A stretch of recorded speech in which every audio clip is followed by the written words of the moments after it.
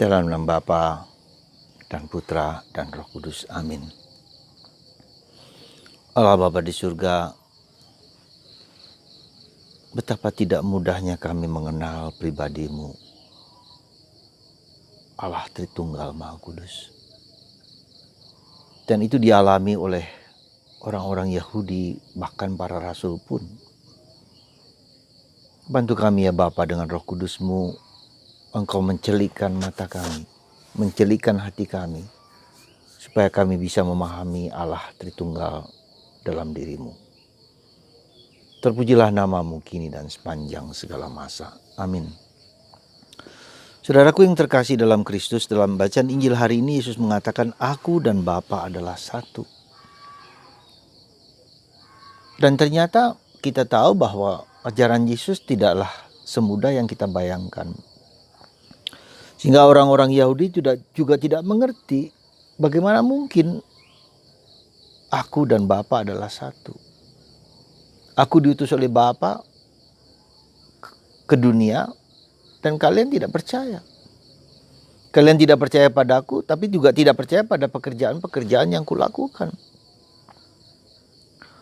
Saudaraku yang terkasih dalam Kristus, dalam perkembangan hidup rohani kita, kalau kita ingin semakin dalam dan semakin maju, maka kita semakin mengenal, memahami, dan terlebih menghayati pribadi Tritunggal Maha Kudus.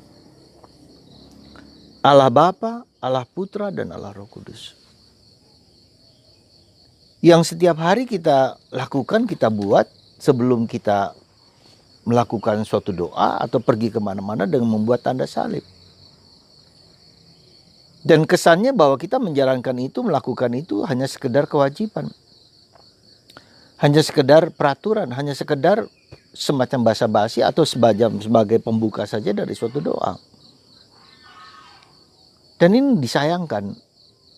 Ya, itu yang pertama. Jadi kita perlu sangat, maka kemarin dalam video saya mengajak Anda untuk lebih menyadari tanda salib yang kita buat itu adalah tanda kemenangan, tanda kehadiran, tanda kekuatan dari Allah. Maka saya mengajak Anda untuk sebelum melakukan doa, tangan kita letakkan di dada kiri, ke hati kita. Dengan berkata, dalam nama dan kuasa Allah Tritunggal Maha Kudus, Bapa, Putra, dan Roh Kudus. Amin. Saya menambahkan kata kuasa dan meletakkan tangan kanan di dada kiri untuk menunjukkan bahwa kita melakukan itu jangan sembarangan. Jangan sekedar otomatis, jangan sekedar kewajiban. Jadi tidak bisa otomatis karena kita memanggil nama Allah yang penuh kuasa itu, pencipta alam semesta, yang bernama Bapa, yang penuh kasih, penuh cinta, penuh care dengan peduli dengan kita. Seperti anak yang hilang, dilukiskan Bapa yang hatinya hanya untuk mencinta dan menginginkan kita selamat. Itulah satu-satunya Allah. Hati Allah hanyalah penuh cinta kasih. Hati Allah penuh kasih semata-mata bagi manusia. Nah, itulah Bapa kita. Dan Bapa itulah memberikan kepada kita karena belas kasihannya kepada kita dengan putranya sendiri Yesus sebagai penyelamat, penebus, pembebas dari segala dosa yang membuat kita tidak dapat bersatu dengan Dia dan kembali kepadanya. Dosa yang menyebabkan kita jauh dari Tuhan. Dosa yang membuat kita menyingkir dari Tuhan. Dan itulah.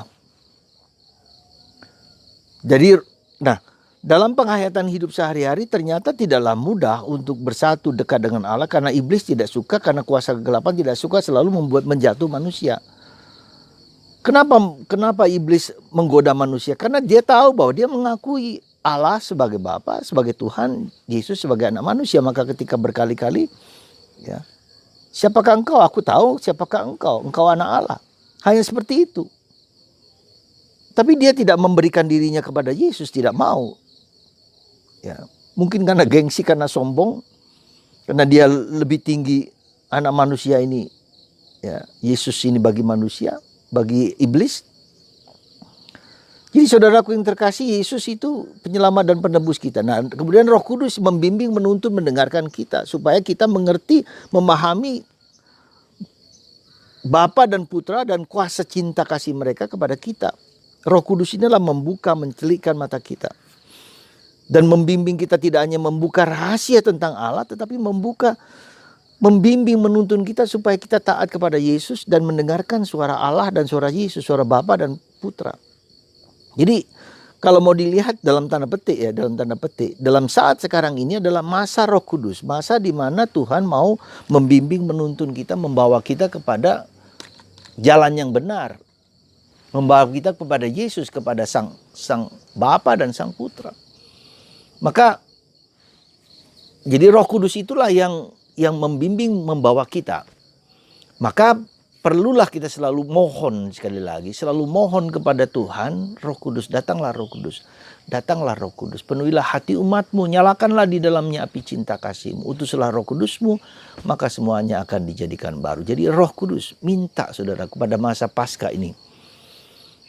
Saya mohon kepada Anda supaya mengulang, jadi rosario yang kita pakai itu, datanglah Roh Kudus, datanglah Roh Kudus. Harus kita usahakan, perjuangkan.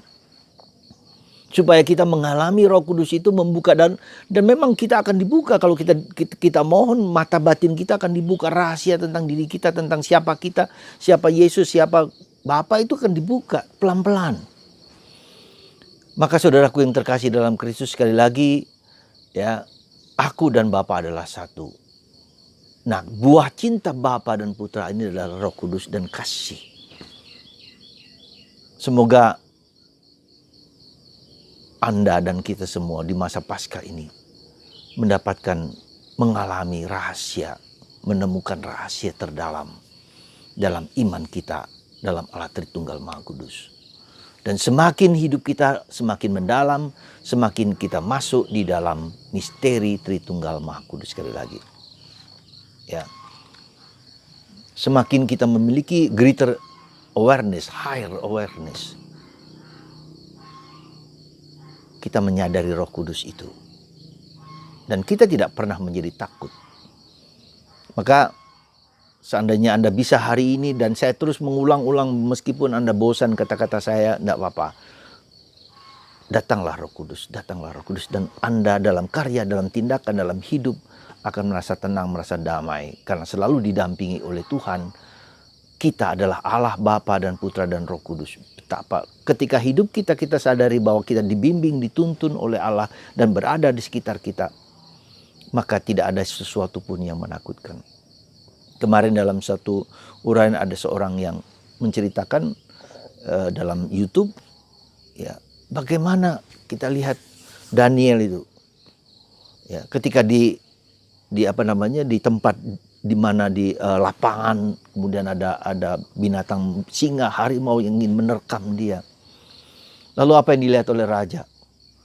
Raja tidak hanya melihat Daniel, tapi melihat orang-orang malaikat-malaikat di sekitar Daniel.